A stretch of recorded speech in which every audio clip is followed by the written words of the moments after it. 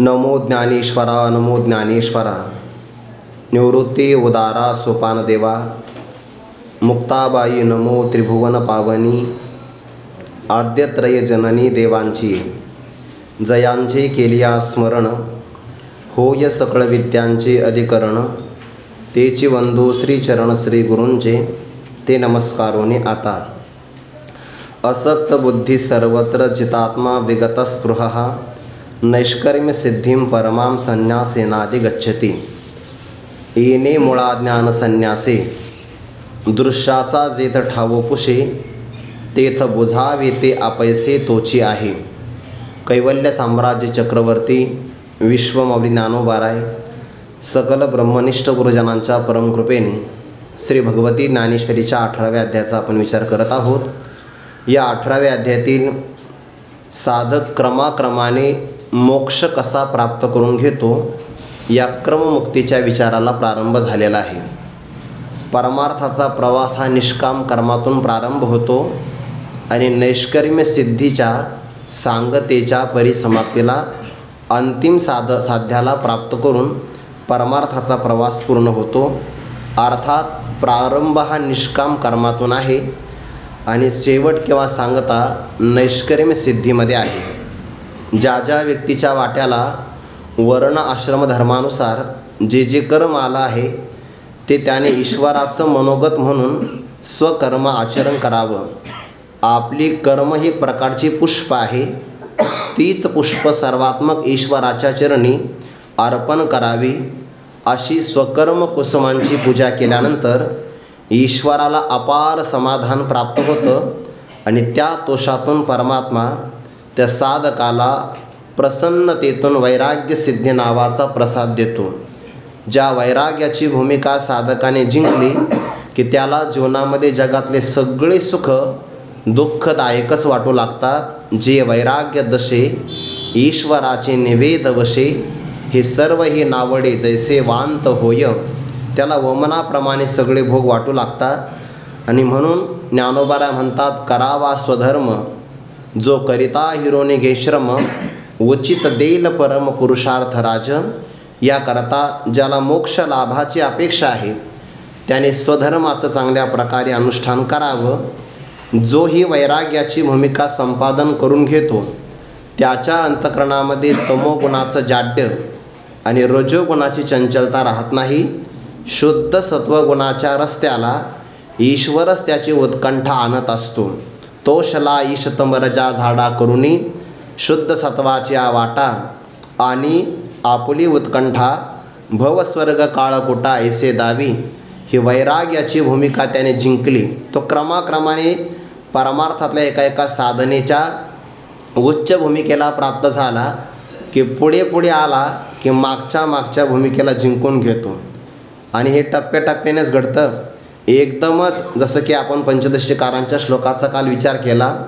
कालेन परिपच्यन्ते कृषी गर्भादयो यथा। पेरणी आज केली म्हणजे लगेचच्या लगेच उद्या सोंगणी करायला जाता येत नाही। किंवा आपण एखादी डाळ शिजण्याकरता ठेवली चुलीवर की लगेच काही ती शिजत त्याला वेळ लागतो।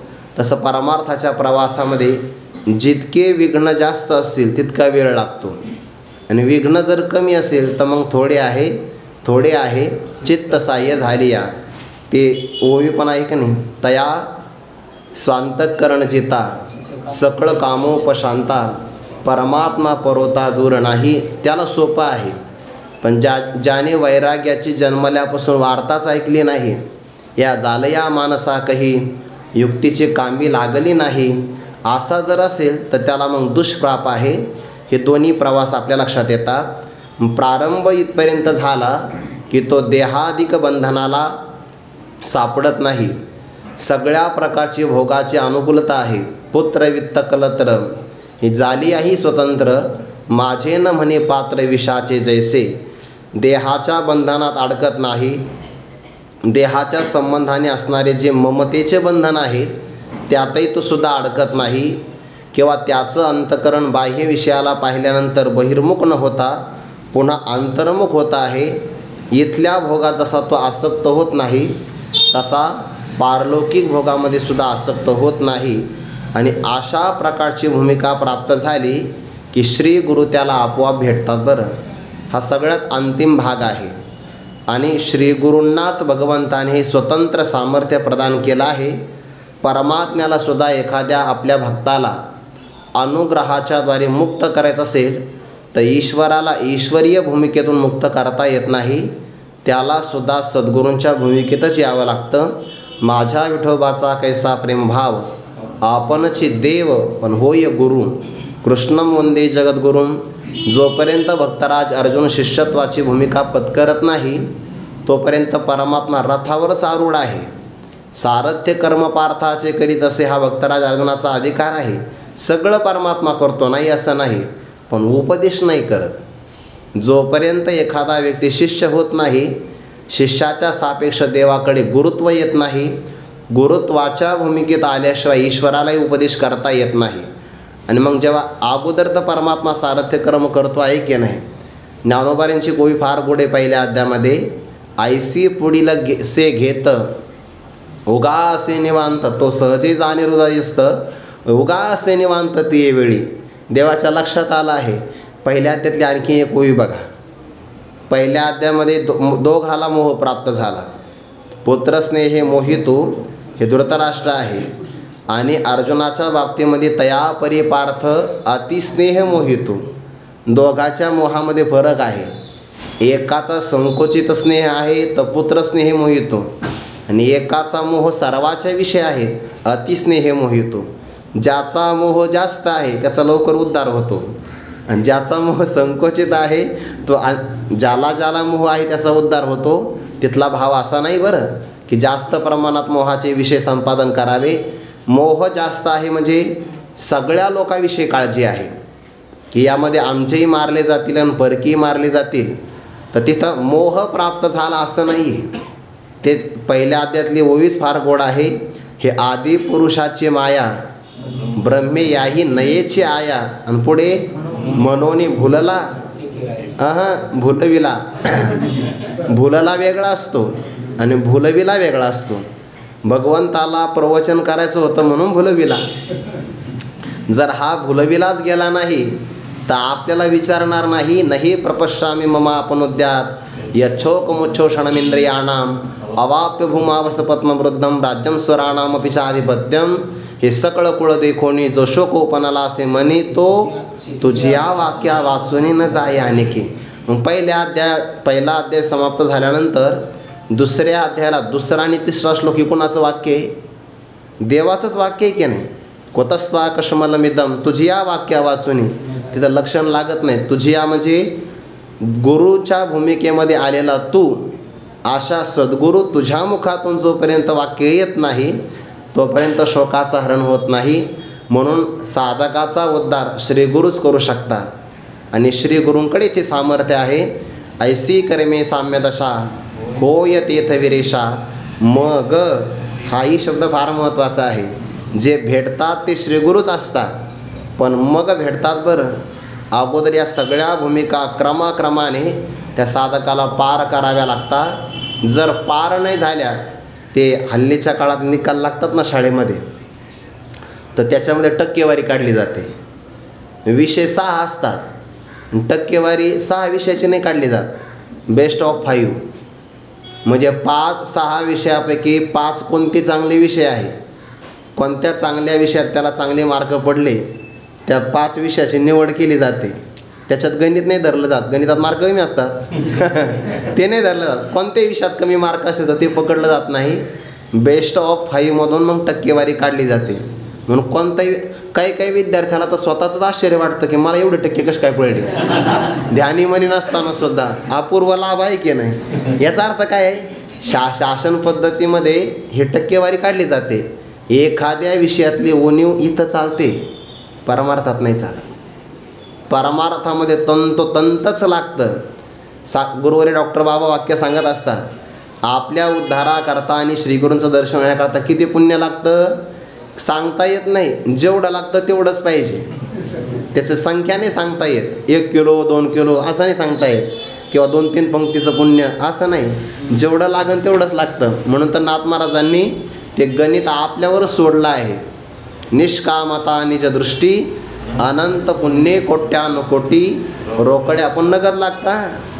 ते पण दुसऱ्यावर नाही चालत. नाही तर एखाद्या संकल्प केला मी माझं पुण्य तुला देतो असं नाही. आपलंच पाहिजे ते. रोकड्या लाभती पाठवाटी तै होय भेटी हरिप्रियांची. आणि ती झाली तर ते आपल्याला उणिवेमध्ये ठेवत नाही. खऱ्या संतांचं लक्षण आहे. बरं, संतांना आपल्याला पूर्ण करण्यामध्ये काय स्वार्थ आहे? एकच स्वार्थ आहे.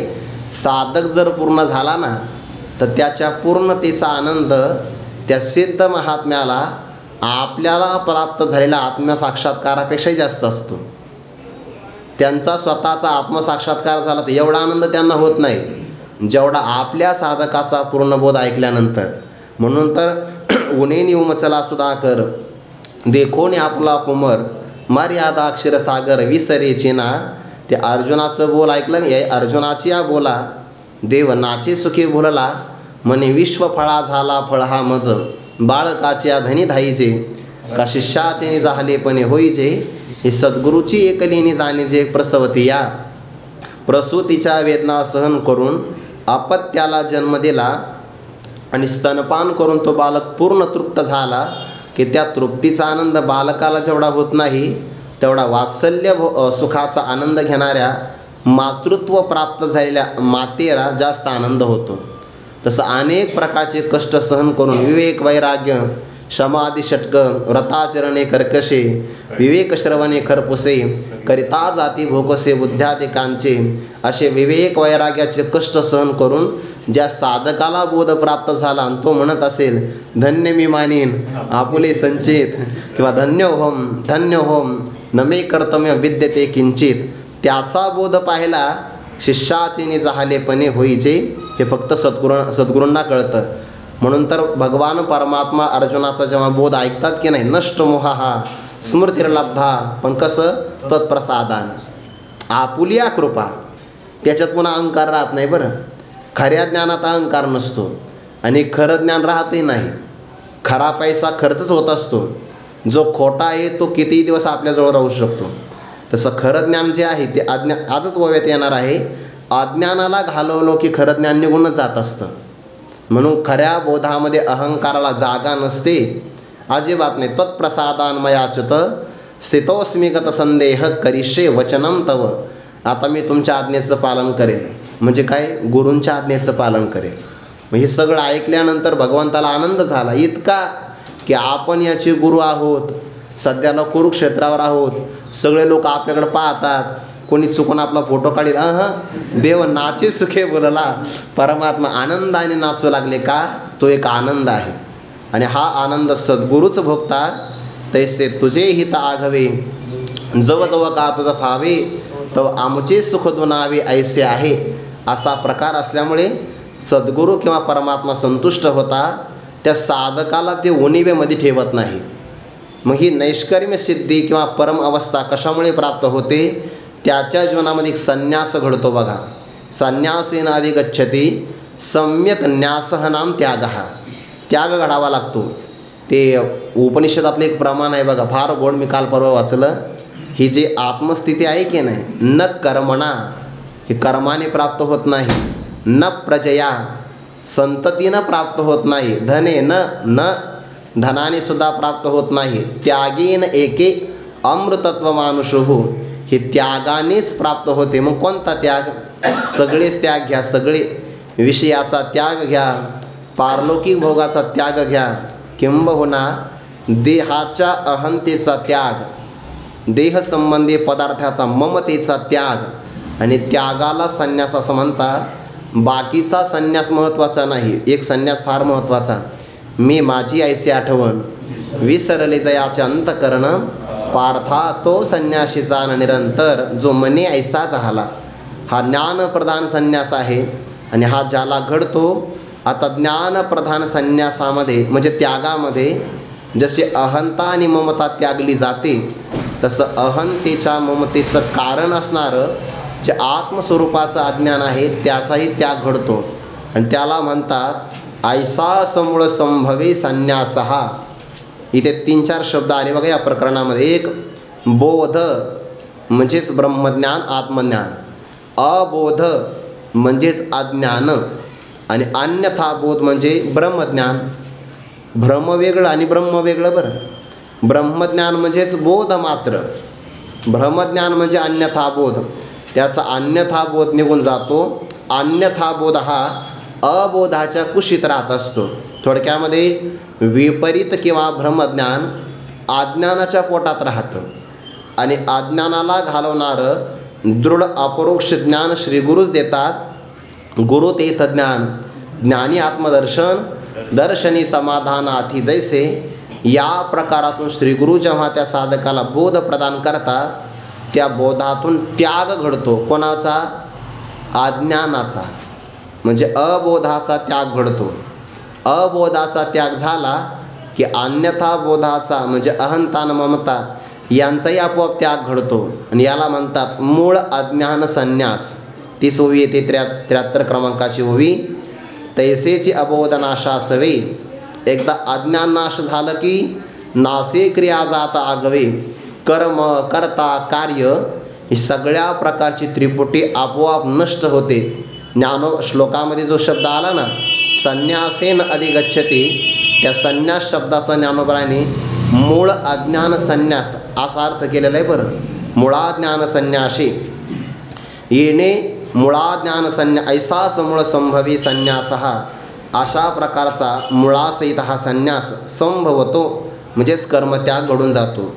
पण कर्माचा वरून त्याग केला तर ती लयरूप निवृत्ती होईल.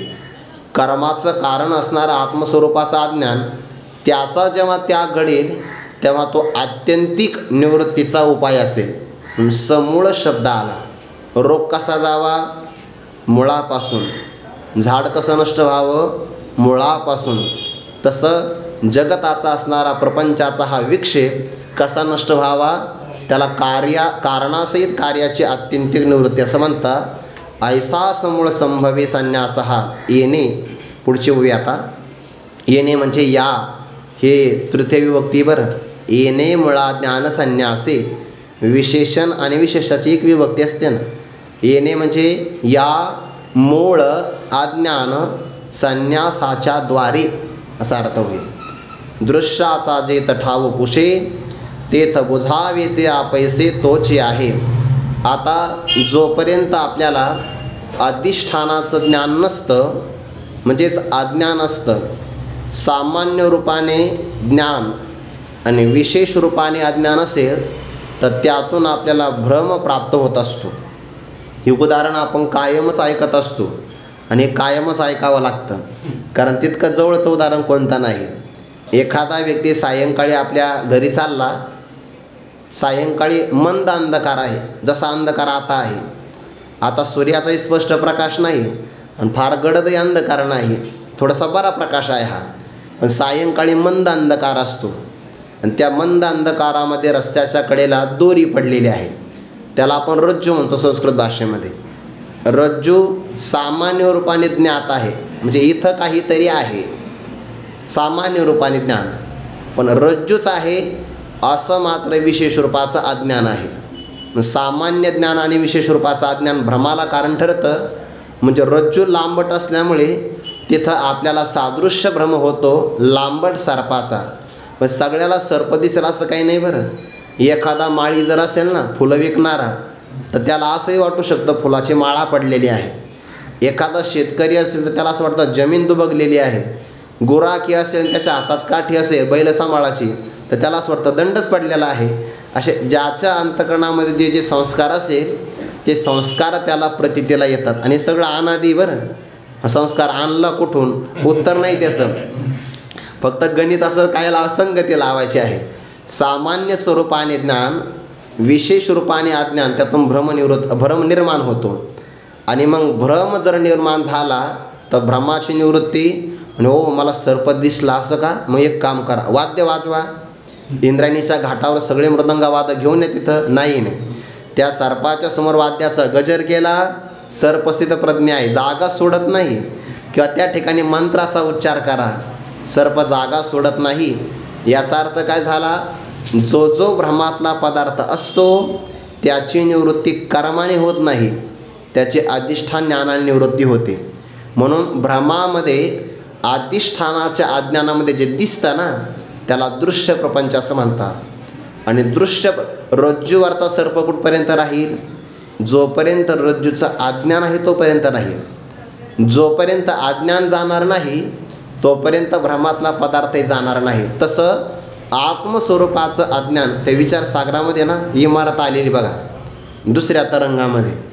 सगळं दुःखाला कारण शरीर म्हणजे अधिष्ठान, शरीराला कारण. ती संगती सांगता सांगता शेवटी कुठे गेले? पायाभरणी आत्मस्वरूपाचं अज्ञान. जोपर्यंत आत्मस्वरूपाचं अज्ञान निवृत्त होत नाही तोपर्यंत बाकीचे कितीही प्रयत्न करा, कशानेच काय होणार? पृथ्वी तळ आप होईल, हे महेंद्रपदही पाविजेल, परिमोह हा न फिटेल मानसेचा. म्हणजे अधिष्ठानाच्या अज्ञानात भासलेला प्रपंच अधिष्ठानाच्या ज्ञानाशिवाय कोणत्याही उपायाने जाणार नाही. म्हणून वाचून ज्ञाने विनयके, उपाय करीशी जितुके, ते हे गुंफसे अधिके रुखी. फार झालं तर सुटणार नाही. उलट संसार वृक्षाच्या वृक्षा एका फांदीतून दुसऱ्या फांदीत, दुसऱ्या फांदीतून तिसऱ्या फांदीत गुंताड्यामध्ये सापडत जाईल. गोंपसे अधिके रुखी ये. आणि एकदा अधिष्ठानाचं ज्ञान झालं तर मग श्री गुरु करून देतात ते ज्ञान. मग रज्जूचं ज्ञान झालं की सर्प निवृत्त होतो. तसं आत्मस्वरूपाचं ब्रह्मस्वरूपाचं आत्मत्वाने ज्ञान झालं की तिथं अज्ञान निवृत्त झालं की अज्ञानच जाता असं नाही. अज्ञानामुळे प्रतीतीला आलेला प्रपंच त्याला दृश्य म्हणतात. दृश्याचा जेथ ज्या ठिकाणी ठावो पुशे, त्याचं ठाव ठिकाण पूर्ण पत्ता नाहीसा होतो. दृश्याची आपण जर दृश्याची निवृत्ती होते की नाही आपल्या जीवनात? दररोज होते आहे. एखाद्याला मूर्छा आली, दृश्य कुठं दिसतंय? नाही बघा. सुषुप्ती अवस्था आली, गाढ झोप, पाठात नाही लागू ती एरवी. गाढ झोपेमध्ये दृश्याचं दर्शन नाही बघा. सुषुप्ती अवस्थेमध्ये दृश्याचं दर्शन नाही, पण ती लयरूप निवृत्ती आहे. कार्याची आपल्या कारणात निवृत्ती, लयरूप निवृत्तीची अपेक्षा नाही, आत्यंतिक निवृत्ती. दृश्याचा जे तर ठावो पुशे, मूळ अज्ञान त्याचा त्याग झाला की दृश्य प्रपंचाचा बाध होऊन जातो. बाधच होतो बरं, अज्ञानाचा नाश होत असतो, दृश्य प्रपंचाचा बाध होतो. दृश्याचा जे तर ठावो पुशे. आणि मग आता त्या ठिकाणी तेथ बुझावे, जे आत्मतत्व आपल्याला समजून घ्यायचं आहे ते वेगळेपणाने राहत नाही, ते आपैसे तोचे आहे, तो सहजगत्या तोच आहे. रज्जूवरचं अज्ञान निघून गेलं, सर्पाची निवृत्ती झाली की रज्जूला रज्जू परत करायचा आहे का? नाही, रज्जू रज्जू रूपानेच आहे. शेवाळ दूर झालं की पाणी प्राप्त करायचं नाही, पाणी पाणी रूपानेच आहे. भ्रम निवृत्त फक्त करायचा असतो बरं. भ्रम एकदा निवृत्त झाला की प्राप्ताचीच प्राप्ती घडत असते. तुका म्हणे कैसी केव कोठे जीवने राळा, ज्याप्रमाणे घटामध्ये पाणी असावं आणि पाण्यामध्ये प्रतिबिंब आलेलं आहे कोणाचं? सूर्याचं. आता एकदा घट फुटला, पाणी आटलं की त्यातलं जे प्रतिबिंब आहे ते प्रतिबिंब आपल्या मूळ बिंबाशी एकरूपच होत असतं. का? ते प्रतिबिंब बिंब स्वरूपच आहे. तसा जीव हा मुळामध्ये परमात्मा अंशच आहे ना. ज्या तत्वाला जे मूळ अधिष्ठान आत्मतत्व समजून घ्यायचं आहे ते आता त्याच्यापेक्षा वेगळं राहिलं नाही. बुझावे ते आपैसे तोचे आहे. गुरुवारी मारुती बाबा एक उदाहरण सांगत असतात. एक ब्राह्मण व्यक्ती सकाळी सकाळी प्रातर्विद्येला गेला. दररोज ठराविक वेळेमध्ये लवकर मागं यायचा, पण तिथं आल्यानंतर ते वेगळेच पराक्रम करायला लागला. घरी आला, चटई टाकली, वज्रासनात बसला आणि दुसऱ्याच धर्माचे मंत्र सुरू केले. घरातल्या लोकांच्या लक्षात आलं गायत्री मंत्राचं उच्चारण करणारा हा, याला काहीतरी भूताने झपाटलं आहे म्हणे. मग त्या गायत्री आपलं मंत्रविद्या जाणणारा, पंचाक्षरी म्हणतात त्याला बोलावलं आणि त्यांनी पाहिलं याचे मंत्र वेगळेच ऐकू येतात. विचारला कुठं गेलता? म्हणजे अमुक दिशेला गेलता. दिशेला गेला याचा अर्थ त्या ठिकाणी लोकाला पुरण्याची जागा आहे, त्यामध्ये झाडावर बसलेला एखादा लागला असेल. भूत जे लागतात ना ते अशुद्ध अवस्थेमध्ये लागतात बरं. भूत शुद्ध माणसाच्या मागं लागत नाही, उगा बेजार होतील ते अशुद्ध माणसाच्या मागं लागतात. शुद्ध माणसाच्या मागे त्यांना ताप होतो बघा. ते तुलसीदासांच्या चरित्रामध्ये नाही भूत प्रगट झालं आणि ते राम राम म्हणायला लागली, तर ते भूत म्हणले हे शब्द उच्चारू नका, माझ्या अंगाचा दाह होतो.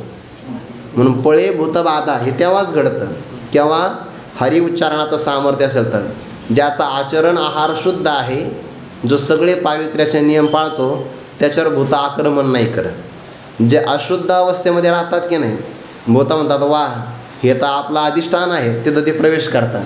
म्हणजे आता गायत्री मंत्राचा उच्चार करणारे भूत कसं लागलं, पंचाक्षरी विद्या जाणणाऱ्या व्यक्तीने ते भूत मंत्राच्याद्वारे दूर केलं. गुरुवारी मारुतीबाबा सांगत असतात, आता भूत त्याच्या अंगातून निघून गेलं, त्याला पुन्हा ब्राह्मण करायचं आहे का? मुळातच तो ब्राह्मण होताच, फक्त जे भूत लागलं होतं ना दुसऱ्या धर्माचं, ते फक्त घालवायचं आहे. तसं जीव हा परमात्म्याचा अंशच आहे, त्याला भूत लागलं आहे, मी या अमुक वर्णातला आहे, मी अमुक आश्रमातला आहे, मी विद्वान आहे, मी ह भ प, हे आपले सगळे लापाठी भागा लागलेले काय देह संबंधाचे भूत आहे. आणि हे दूर झाले की मग मी ब्रह्मस्वरूपाचं आहे. जे जाणायचं तत्व, दृश्याचं जे अधिष्ठान तत्व आहे, त्याला दृङ्मात्र स्वरूप असं म्हणतात. ते जाणायचं नाही, आता ते तोच आहे. स्वयमेवानुभूतित्वात् विद्यते नानुभव्यता ज्ञातृज्ञानांतराभावात अज्ञयो नत्वसत्तया, असं म्हटलं की नाही पंचदशीकारांनी. जेव्हा बाहेरचा पदार्थ जाणायचा असेल तर वृत्ती व्याप्ती आणि फलव्याप्तीची गरज आहे. पण जेव्हा वृत्ती अंतर्मुख होते तेव्हा फक्त वृत्ती व्याप्तीचीच गरज आहे. वृत्ती आत्मस्वरूपाचं अज्ञान भंग करते. चिदाभास जो आहे त्याला फलव्याप्ती म्हणतात. आता तो आत्मस्वरूपाचं प्रकाशन नाही करत, कारण त्याने आत्मस्वरूपाचं प्रकाशन करणं म्हणजे काजव्याने सूर्याचं प्रकाशन केल्यासारखं आहे. मग त्या चिदाभासाला कळतं, अरे ज्या तत्वाला मला जाणायचं आहे अंतर्मुखतेनं, ते तत्व हेच माझं मूळ स्वरूप आहे. बुझावे ते आपैसे तोच आहे. फक्त भ्रमनिवृत्त व्हावा लागतो, बाकी काही नाही बरं. म्हणून सगळे शास्त्र जे आहे ना, वेदापासून पुराणापर्यंत सगळे शास्त्र, जगातले 6 प्रमाणापैकी 6च्या 6 प्रमाणं, सगळ्या प्रकारचं इंद्रियाचं, बुद्धीचं, मनाचं सामर्थ्य हे आत्मस्वरूपाच्या ज्ञानाकरता कुणाचाच उपयोग नाही. हे वाक्य थोडंसं धाडसी होईल, खरंच आहे. आत्मप्रकाशनासाठी कुणाचीच गरज नाही, कारण का ते स्वयंप्रकाश आहे. आणि मग हे सगळे शास्त्र निर्माण झाले ते कशासाठी? त्या आत्मस्वरूपावर जो अविद्येचा पडदा आला ना, तेवढा फक्त पडदा दूर करण्यासाठी. आघवीची शास्त्रे अविद्याविनाशाची पात्रे, वाचून न होती स्वतंत्र आत्मबोधी, तैसा आत्मदर्शनी आढळ. असे अविद्येचा जो मळ, तो शास्त्रनाशी येर निर्मळ, मी प्रकाशे स्वये. म्हणून प्रत्यक्ष प्रमाणापासून तर त्या अनुपलब्धी प्रमाणापर्यंत एकही प्रमाण आत्मस्वरूपाचं प्रकाशन नाही करत. स्थूल इंद्रियापासून तर बुद्धीपर्यंत कोणतंही इंद्रिय आत्मस्वरूपाचं ज्ञान करून देत नाही. वेदापासून तर सगळ्या प्रमाणापर्यंत जे काही शब्द प्रमाण निर्माण झाले, कोणीच आत्मस्वरूपाचं प्रकाशन नाही करत. फक्त सगळे प्रमाण भ्रमच निवृत्त करतात, बाकी काही करत नाही. भ्रमनिवृत्त करण्याचं सगळ्याचं सामर्थ्य आहे, म्हणून सगळे सफल आहे. शब्द प्रमाण तर इतकं प्रामाणिक आहे, अमृतानुभवामध्ये म्हटलं आहे, ही सगळी प्रमाणं प्रामाणिकपणाने मान्य करतात की आम्ही आत्मस्वरूपाचं प्रकाशन करण्याकरता प्रमाण नाही, समर्थ नाही. प्रामाणिकपणाने त्या प्रमाणाने मान्य केलं म्हणून त्या प्रमाणाला प्रामाण्य आलं. इतका प्रामाणिकपणा आहे. प्रमाणं म्हणतात आम्ही खोटं आहोत, म्हणजे आपले खोटेपणा ते खरेपणाने स्वीकार करतात. इथं व्यवहारात माणसं खोटंच बोलतात आणि माझंच खरे म्हणतात. आणि प्रमाणं म्हणतात आम्ही खोटे आहोत, म्हणून तर प्रामाण्य आहे. ते तर बुझावे ते आपैसे तोचे आहे, फक्त ब्रह्मनिवृत्त झाला. उदाहरण देतात, चैल यावरी पाही स्वप्नीची या ती डोई, आपण या ते काही काढू जाईचे, तै मी नेनेन आता जाणेन. हे सरले तया तू स्वप्न जाला ज्ञातृज्ञेया विहीन चिदाकार, किंवा काही ठिकाणी चिदाकाश असा पण पाठ आहे. दोन्हीचे अर्थ लागतात. एका मनुष्याला स्वप्न पडलं. स्वप्न पडणं आपल्या हातात नाही बरं. स्वप्नातला एक नियम मात्र चांगला आहे, जागता ज वसिजे तव जेने ध्याने भावना भाविजे, डोळा लागत खेव देखिजे तेचे स्वप्नी. दिवसभर आपण जे चिंतन करतो ना, ते चिंतन आपल्याला स्वप्नात अनुभवायला येतं. पण असं काही नाही, कधी कधी दिवसभर चिंतन नाही केलं तर तेही स्वप्नात दिसतं आपल्याला. त्याला संस्कार आताचा नाही, मागचा कधीच तरी मानावा लागतो. दिवसभर जे पाहिलं, जे आपुलकीनं पाहिलं ना, ते स्वप्नात दिसतं बरं. ते उदाहरण आलं आहे 15व्या अध्यायामध्ये. एक संन्यासी महात्मा एका मंदिरात उतरले, मारुतीच्या मंदिरात. काही घेणं देणं, थांबले व दुपारी. पण मग तो महिना जून महिना होता. मे महिन्यात नाही उतरले, कारण तेव्हा मुहूर्त नव्हते लग्नाचे. जून महिन्यामध्ये थोड्या कमी तारखी आहे. जून महिन्यामध्ये समजा या महिन्यामध्ये उतरले मंदिरात, आणि ते पाहिलं त्यांनी तर नवीनच प्रकार अनुभवाला मिळाला. ते नवरदेवाचं थाटले असतो बरं त्या दिवशी, एकच दिवस पण बरं. ते घोड्यावर काय बसलेला, पायात बुटं तसाच मंदिरात येतो मारुतीच्या. ते पण पाय टेकत नाही, त्याचा काहीतरी विधी असलेला वरच्यावर आणतात बघा उचलून. म्हणजे संन्यासी महापुरुषाला काही माहीतच नाही हा काय प्रकार आहे. म्हणजे हा लग्नाचा प्रकार आहे. वा वा, इतका आनंद असतो का? म्हणजे हो, तुम्हाला माहीत नाही? नाही ना, बालपणातच संन्यास घेतलेला आहे. आणि मग दिवसभर चिंतन झालं. रात्री स्वप्नी परिवराजे, आपण पया आपण कुटुंब होईचे, तयाचे नि दहावीचे मोहे सैरा. संन्यासी जागृतीत आहे आणि स्वप्नामध्ये गृहस्थी झाला, प्रपंचाचा विस्तार झाला. आणि मग त्यांची खटापट करण्याकरता त्याचकरता धावपळ करू लागला.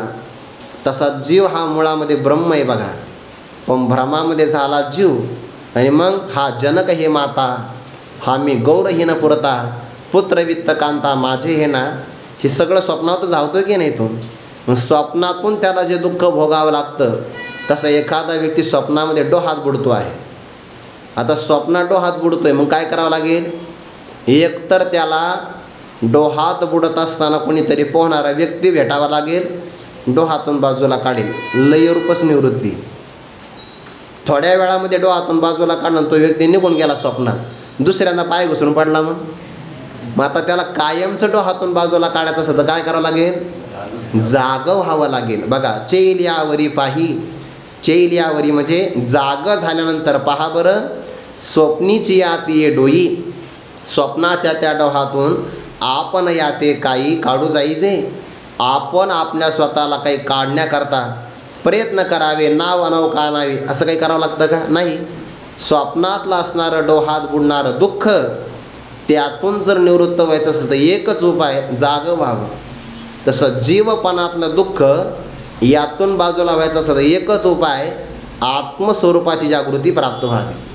म्हणून तर स्वप्नातलं दुःख जायचं असेल तर अवस्थांतर आहे, आणि जागृतीतला अनुभवाला येणारं दुःख जायचं असेल तर अवस्थांतर नाही, ज्ञानांतर आहे. फक्त आपल्या ज्ञानात बदल व्हावा. आणि आपण याते काही काढू जायचे, काढण्याचं काय वेगळं आहे? स्वप्नातून जागा झाला की दुःख संपतच असतं. तसं जीवाला एक ज्ञानाचं स्वप्न पडले आणि एक अज्ञानाचं. कोणतं? तै मी नेणे, मी आत्मस्वरूपाला जाणत नाही, हे अज्ञान आहे बरं. आणि आता जाणेन हे ज्ञानाचं स्वप्न आहे. चिदाभासाच्या सगळ्या अवस्था लावून घ्या तुम्ही इथं. नेणे अज्ञान, आवरण, विक्षेप, परोक्ष ज्ञान, अपरोक्ष ज्ञान. तै मी नेणे, आता जाणेन. मी जाणत नव्हतो म्हणजे अज्ञान आहे, न आता जाणेन म्हणजे मी परब्रह्म स्वरूपाला जाणेल, माझ्या आत्मत्वाला जाणेल. ब्रह्म आणि आत्मा एकच अर्थ आहे, जाणेन. ज्ञानोबाला म्हणतात हे सरले तया दुःस्वप्न, हे दोन्हीसुद्धा स्वप्नच आहे बरं. जेवढी जेवढी ब्रह्मज्ञानाला किंमत आहे, तेवढीच अहम ब्रह्मास्मी त्याकारक ब्रह्मज्ञानालाही किंमत आहे. ब्रह्मज्ञान आणि ब्रह्मज्ञान एकच आहे. पंचदशीकारांनी म्हटले बघा, तादृशेनापि बोधेन संसारो हि निवर्तते. म्हणे जर ब्रह्मज्ञानसुद्धा ब्रह्मज्ञानच असेल तर मग या ब्रह्मज्ञानाचा उपयोग काय? म्हणे ब्रह्मज्ञानानेच ब्रह्मज्ञानाची निवृत्ती होत असते. साधक बाधक व्यवहार घडण्याकरता सत्ता समान असावी लागते. स्वप्नामध्ये तहान लागली तर पाणी कोणतं लागेल? स्वप्नातलंच लागेल. भले एखाद्या व्यक्तीला दररोज आपल्या उशाजवळ तांब्याभर पाणी ठेवण्याची सवय आहे, पण त्याला जर स्वप्नात तहान लागली तर इथल्या तांब्यातल्या पाण्याचा काहीच उपयोग नाही. स्वप्नातले तहान भागायचे असेल तर पाणी स्वप्नातलंच लागतं. तसं जग जर भ्रम आहे तर या भ्रमाला निवृत्त करण्याकरता लागणारं ज्ञानसुद्धा ब्रह्मज्ञानच असावं लागतं. म्हणून अहम ब्रह्मास्मी हा चिदाभास म्हणतो की नाही? चिदाभास ब्रह्म नाही, तो तर उगा अंतःकरणामध्ये प्रगट झालेला प्रकाश आहे. पण त्याने स्वतःला ब्रह्म म्हणणं हा त्याचा भ्रम आहे. पण जरी तो भ्रम असेल तर तो भ्रम संसाराला निवृत्त करतो, भ्रम राहत नाही आणि त्या चिदाभासाचं बाद समानाधिकरण्य होऊन तो ब्रह्मस्वरूपाला प्राप्त होतो. स्वतः तो खोटा ठरतो. पण म्हणून तर परमार्थ हा लाभाचा काय माहिती आहे का, इथं द्यायचंही खोटं आणि मिळवायचंही खरं. द्यायचं आहे आपलं जीवत्व, की जे अंतकरण उपाधीमध्ये आलेलं आहे, खोटं आहे की नाही. ठेविता हा पायी जीव थोडा, जीवत्व खोटं द्यायचं आणि खोटं देऊन परब्रह्म प्राप्त करायचं जे सत्य आहे. म्हणून परमार्थासारखा लाभदायक व्यापार कोणताच नाही. इतका लाभ आहे याच्यामध्ये. द्यायचे खोटं आणि मिळवायचं खरं. व्यवहारामध्ये द्यायचं खरं आणि मिळवायचं खोटं. तरीसुद्धा लोक का करत नाही, हा शंकेचा ठाव किर होईल. परी न धरावी तुवा, त्याचं कारण याला पुण्य फार असावं लागतं. त्याशिवाय या व्यवहारामध्ये तुकोबाराचं प्रमाण फार गोड आहे. बर्वे माझ्या मने केले पंथे येणे निघाले, याकरता फार मोठं सुकृत असावं लागतं. आपण बळच जरी एखाद्याला आणलं ना, इकडं बळच राहत नाही माणसं. बळच जरी आणले तर सगळी व्यवस्था करा. ज्याला खडी फोडायची सवय आहे ना गावाकडे, कष्ट करण्याची, त्याला जर आपण म्हणलो तुला 500 रुपये दररोज आम्ही ऐकायला देतो, फक्त विचार सागराचा आणि पंचदशीचा पाठ ऐकायचा, दररोज 500 रुपये. ते 2-3 दिवस राहील, नंतर म्हणजे मला पैसे नको आणि मला धर्मशाळेतही राहायचं नाही, गावाकडे बरं आहे. कारण हे तर कठीणही नाही, त्याला पुण्य असावं लागतं. दोन्ही पण दुःस्वप्न आहे बघा, वाईट स्वप्न आहे. म्हणून तर जसं अज्ञान घातक आहे ना, तसं ज्ञानाचा अभिमानही घातक आहे. जुन्या लोकांचे आपल्याला खूप उपकार आहे. काय उदाहरणं शोधून आणले त्यांनी, फार उदाहरण फार गोड आहे बघा. दुःस्वप्न आहे म्हणलं, वाईट स्वप्न आहे कोणतं, अज्ञानाचं सुद्धा. आणि वृत्तीज्ञान म्हणजे कोणतं, अहम ब्रह्मास्मित्याकारक वृत्तीज्ञानाचं सुद्धा वाईटच स्वप्न आहे. पण हे संपलं तर मग जाला ज्ञातृज्ञेयाविहीन. आता तिथं ज्ञातृज्ञानांतराभावात पंचदशीचा श्लोक आहे. इथं ज्ञाता नाही म्हणजे जीवरूपाने तो नाही, आणि ज्ञेय नाही म्हणजे परोक्ष रूपाने ब्रह्म नाही. ब्रह्म नाही म्हणजे ब्रह्माचा व्यवहार नाही बरं. म्हणून ज्ञातेपणाचा आणि ज्ञेय कोणाला करावं, ब्रह्माला. ज्ञातृज्ञानांतराभावात वृत्तीज्ञानही नाही, ज्ञेयही नाही, ज्ञाता नाही. मग काय आहे, फक्त चिदाकाश किंवा चिदाकार. म्हणजे काय, फक्त दृङ्मात्र स्वरूप आहे. द्रष्टा नाही, दर्शन नाही, दृश्य नाही, कोणतीच त्रिपुटी नाही. सगळी त्रिपुटी द्वैतात असते आणि हे मात्र अद्वैत स्वरूप आहे. झाला तो बरं. आता ज्ञातृज्ञेयाविहीन, हे सगळं ज्ञेय करावं ब्रह्माला म्हणजे परोक्ष मानावं. मी त्याचा ज्ञाता आहे असं जीवरूपाने स्वतःला परिच्छिन्न समजावं. ही परिच्छिन्नताही संपली, कारण तो आता ज्ञाता राहिला नाही. आणि ब्रह्माच्या विषयी असणारी परोक्षता, ज्ञेयभावही संपलेला आहे. मग तो राहिला कसा, चिदाकाश, फक्त दृङ्मात्र स्वरूप राहिला. आणि हे होण्याकरता त्याचं एक वाईट स्वप्न संपावं लागतं, अज्ञानाचं आणि अहम ब्रह्मास्मी या ज्ञानाचं. जुन्या कीर्तनकाराचं उदाहरण सांगता राहिलं. एका मनुष्याचं लग्न झालं, घाईतच झालं थोडंसं, आणि त्याला काही परेशानी करता आली. ते लग्नाची प्रक्रिया लय किचकट आहे. तशी निवडणूक जिंकण्यासारखी सोपी नाही, फार कठीण आहे. जुन्या लोकांना ते माहिती होतं. हल्लीच्या काळात खूप सोपं झालं ते. आता ते वधूवर सूचक वगैरे केंद्र आले की नाही, त्यामुळे ते आता सोपी झाली प्रक्रिया. त्या जाहिराती पण येतात बघा वर्तमानपत्रामध्ये, त्याच्या सगळ्या अटी असतात. उत्तम आकर्षक पगार असावा, बाकी काहीच नाही पाहत लोक, फक्त पगार पाहत. लग्न झालं त्याचं, लग्न झाल्या त्याला कळालं जिच्याशी आपलं लग्न झालं ती बंगाली विद्यामध्ये ग्रॅज्युएशन कंप्लीट केलेली स्त्री आहे. आणि मग ती याला धाक दाखवायची, बघ चल स्वयंपाक कर. ते स्वयंपाक करायचा, त्याला संस्कार होतेच आळंदीतले, आपण असू द्या स्वयंपाक करायचा स्वयंपाक, चल वाढ. ते स्वयंपाक वाढायचा. तिचं जेवण झालं की भांडे घास, कपडे धुवून काढ, असे सगळे घरकाम करून घ्यायचे. तो नाही करणार, कुत्र करील. बंगाली विद्या यायची, बिचारा सुकून गेला. आता ते काही काळामध्ये मित्र मदतीला येतात, पण काही काळात मदतीला येत नाही, कठीण समय येतात, कोण कामास येतो. मग ते मित्र म्हणला, अरे तुझ्या सल्ल्यानुसार ते लग्न केलं, पण ते अंगलट आला आपल्या, ते धमकीच देते मला कायम, स्वयंपाक करावा लागतो, मी काय करू. तो मला एक काम कर, दुसरं लग्न कर. वा म्हणे, पहिला सल्ला तुझाच घेतला होता आणि आता दुसरं लग्न करायचं. तो मला अरे दुसरंच करायचं कशातून, ऐक म्हणे, हिचं फक्त ग्रॅज्युएशनच कंप्लीट आहे, आपण डबल ग्रॅज्युएशन तिचं झालं ना बंगाली विद्येत, तिच्यासोबत लग्न करू तुझं. तो अरे पण अवघड आहे, ऐक ना म्हणे. आता दोनदा ऐकलं ना तू, दोनदा ऐक, तिसऱ्यांदा नको ऐकून. दुसरं लग्न केलं बघा. दुसरीच चांगली निष्णात होती, आपण कायमच ऐकलेलं आहे. पण तिने सांगितलं एक काम करायचं, आपण आहे ना पहिली जी ऐक आहे ना त्याचा काटा काढू आणि मग आपण नांदा सौख्य भरे असं आनंदाने राहू. एक काम करायचं, मी काही उडीद देते म्हणे, ते उडीद आमच्या दोघीच्या अंगावर टाकायचे, ती होईल काळी घार आणि मी होईल पांढरी घार. मग काय करायचं, माझं सामर्थ्य जास्त आहे की नाही, माझ्या नखाने मी तिला विदीर्ण करेल आणि एकदा ती मरण पावली की मंत्र अक्षता मी तुला दुसऱ्या देते, ते माझ्या अंगावर टाकायचे, मी पूर्वीप्रमाणे स्त्री होईल.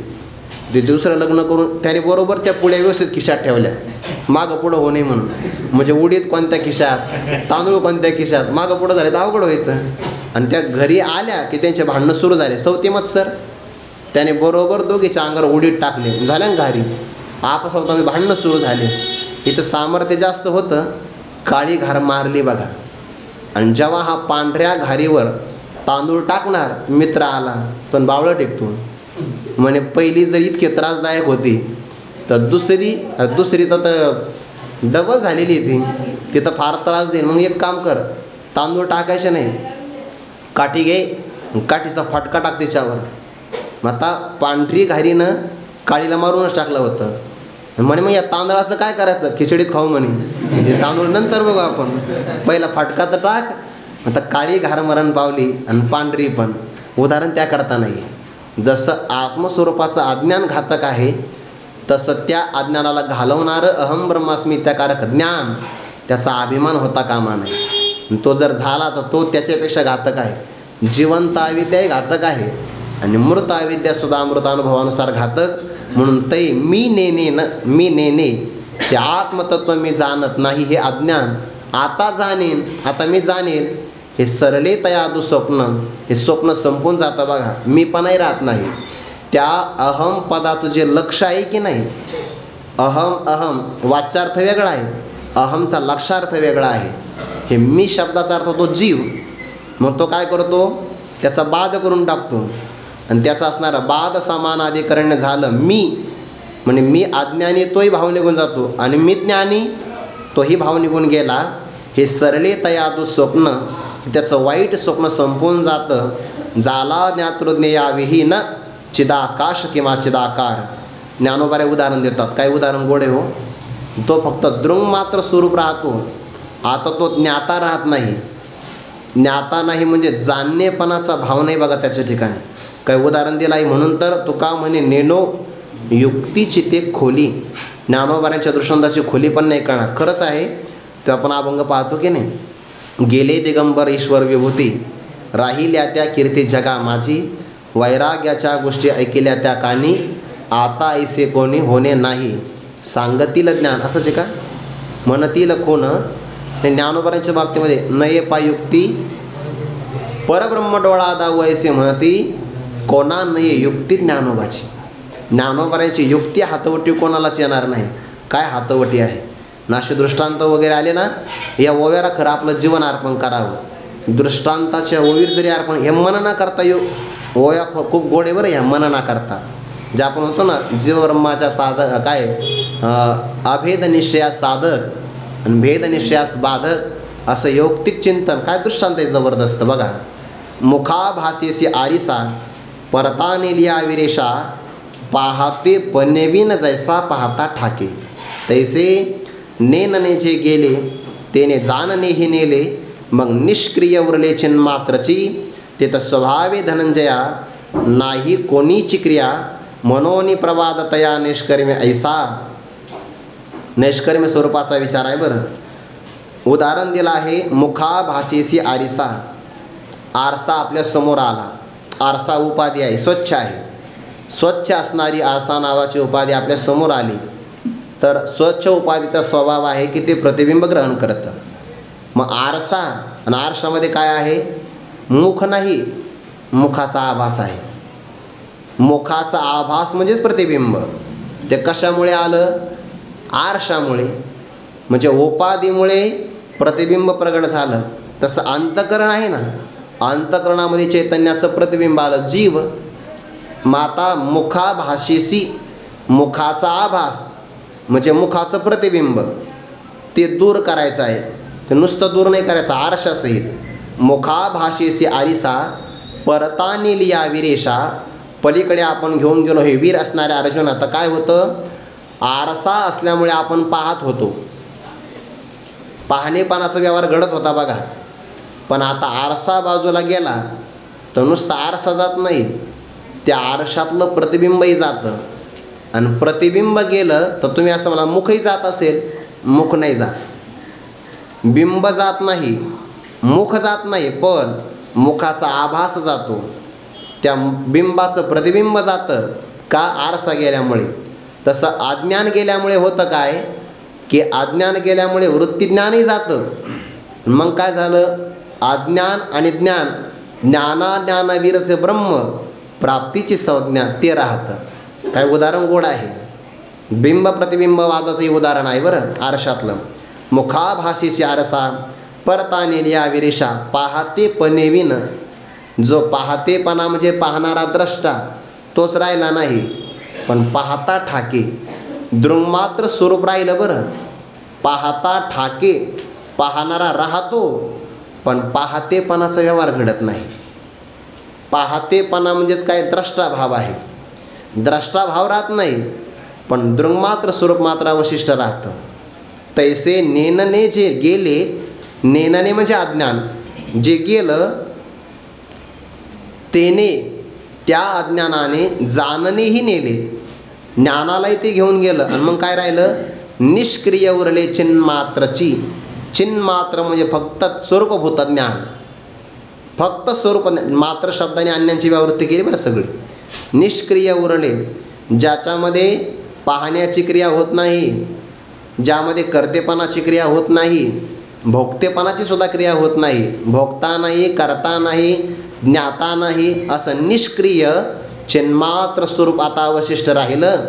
आणि त्या चिन्मात्र स्वरूपामध्ये ते तर स्वभावे, स्वभावतः, निसर्गतः किंवा स्वरूपतः हे धनंजया नाही कोणीची क्रिया, कोणतीच क्रिया घडत नाही.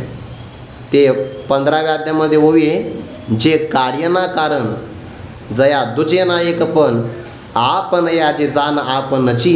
इथं स्वभावतः कोणती क्रिया नाही. कोणती क्रिया म्हणजे कर्म करण्याची पण क्रिया नाही, तर कर्माच्या भोगाची भोगत्याची क्रिया कशी घडेल. अहो जिथं जाणतेपणाची क्रिया नाही तर बाकीचे कोणते घडेल, ज्ञातव्यसुद्धा राहत नाही ना तिथं. म्हणून स्वभावे धनंजया नाही कोणीची क्रिया, म्हणून प्रवादतया नैष्कर्म्य ऐसा. म्हणून त्याला नैष्कर्म्य स्थिती हे परब्रह्माला आलेली काय आहे, प्रवाद. एक प्रकारचं फक्त नाव आलेलं आहे. प्रवाद प्रकर्षेनं फक्त बोलणं आहे. वास्तविक नैष्कर्म्य हे शब्द कर्माच्या सापेक्ष आलेला आहे. कर्म नाही हे सांगण्याकरता नैष्कर्म्य शब्द आलेला आहे. सापेक्ष शब्द आलेला आहे तो. कर्मच निघून गेलं तर नैष्कर्म्य म्हणायचं कोणाला, किंवा द्वैतच नाही तर अद्वैत म्हणायचं कोणाला, अनेकत्व नाही तर एक म्हणायचं कोणाला. सापेक्ष शब्द निघून गेला की ते निरपेक्ष तत्व राहतं. नाही कोणीची क्रिया म्हणून प्रवादतया नैष्कर्म्य ऐसा. त्याला नैष्कर्म्य असा प्रवाद किंवा त्याची प्रसिद्धी प्रगट झाली आहे. आणि ते स्वरूप आपल्यापेक्षा वेगळं नाही, ते आपलं स्वरूप आहे, ते आपल्यालाच प्राप्त होतं. म्हणून आपल्या अध्यात्मामध्ये प्राप्ताची प्राप्ती आहे, अप्राप्ताची प्राप्ती नाही सांगितली. ते आपुले आपणची, ते स्वरूप आपलंच आहे. आणि आपणपे असतची होणी हरपे, तरंग का वायू लोपे समुद्र जैसा. पहिल्यांदा उदाहरण समजून घ्या. ज्याप्रमाणे वायू लोपे, वारा वाहतो आहे समुद्रावर, वारा वाहिला की काय होतं, तरंग निर्माण होता. आणि वायूचा लोप झाला की तरंग नाहीसा होतो. तरंग गेला कुठं, समुद्रामध्ये गेला. निर्माण कुठं झाला होता, समुद्रावर. नाश कुठं झाला, नाश झाला असं नाही म्हणता येत, कारण तो समुद्र स्वरूप झाला वायूचा लोप झाल्यामुळे. अगदी तसंच हे आपलं जे स्वरूप आहे ना, जेव्हा अहम ब्रह्मास्मी त्याकारक वृत्ती तयार होते तेव्हा ती वृत्ती काय करते, अज्ञान आवरणाला भंग करते. वृत्तीस्थ असणारा जो चिदाभास आहे तो त्या स्वरूपाचं प्रकाशन नाही करत, उलट तो स्वतःचा बाध करून घेतो. ते आपलं स्वरूप आहे. आपुले आपणबी असतची. आपलं स्वरूप आपल्या ठिकाणी असलेलंच आहे, कायमचं आहे. आणि होऊनी तो असणारा चिदाभास मी ब्रह्म आहे असं होऊन त्या स्वरूपामध्ये आरोपे किंवा हरपे असा एक पाठ आहे. हरपून जातं म्हणजे त्यामध्ये लयाला जातं. म्हणजे तो चिदाभास किंवा तो जीवात्मा जे आपलं मूळचं स्वरूप आहे त्या स्वरूपाशी एकरूप होऊन राहतो. म्हणजे तो त्या स्वरूपात नव्हता का होताच की. ज्याप्रमाणे आता घट आकाश आहे ना, घटातला आकाश आहे, त्या घटातल्या आकाशाला महाआकाशाशी एकरूप व्हायचं असेल तर काय करावं लागेल? घट फोडावा लागेल. का घट फुटला नाही तरी ते आकाश आकाशच होतं. जेव्हा घटातलं आकाश घटामध्ये होतं तेव्हाही ते महाआकाश स्वरूपच होतं. तसं जीव जेव्हा जेव्हा स्वतःला जीव समजत होता तेव्हाही तो ब्रह्मस्वरूपच होता. पण आता फक्त अज्ञान निवृत्ती झाली म्हणून आपुले आपणपी असतची. आपलं स्वरूप आपल्याच ठिकाणी असलेलंच आहे, फक्त व्यवहार घडतो की मला ब्रह्मप्राप्ती झाली. असतची होणे हरपे तरंग का वायू लोपे. समुद्र जैसा तरंग वायूचा लोप झाला की तरंग समुद्र स्वरूप होऊन जातो, तसं अज्ञानाचा लोप झाला, अज्ञान राहिलं नाही की जीव ब्रह्मस्वरूपाला सहज प्राप्त होतो आणि तिथं कोणती क्रिया घडत नाही. तैसे न होणे निपजे. ज्याप्रमाणे वायूचा लोप झाला की तरंग समुद्र स्वरूप होऊन जातो, तैसे त्याप्रमाणे न होणे आता कोणतेही कर्म घडत नाही. निपजे ही अवस्था प्रगट होते आणि त्याच अवस्थेला ते नैष्कर्म्य सिद्धी जाणीजे. त्यालाच नैष्कर्म्य सिद्धी असं म्हणून ओळखावं. जगातल्या सगळ्या सिद्धीमध्ये सर्वात श्रेष्ठ सिद्धी हीच आहे. सर्व सिद्धीत सहजे परम हेची. सगळ्या सिद्धीमध्ये सगळ्यात परमश्रेष्ठ सिद्धी ही आहे. म्हणून प्रसिद्धी नाही मिळाली तरी चालेल, परमसिद्धी मात्र मिळाली पाहिजे. सगळ्यात मोठी ही सिद्धी आहे. आता या सिद्धीचं थोडंसं वर्णन करणार आहे ज्ञानोबा आहे, त्याचा आपण विचार उद्या करू. पुंडलिक वरदारी विठ्ठल श्री ज्ञानदेव तुकाराम मौली ज्ञानेश्वर महाराज की जय. जगद्गुरु तुकाराम महाराज की जय. सद्गुरु जोग महाराज की जय.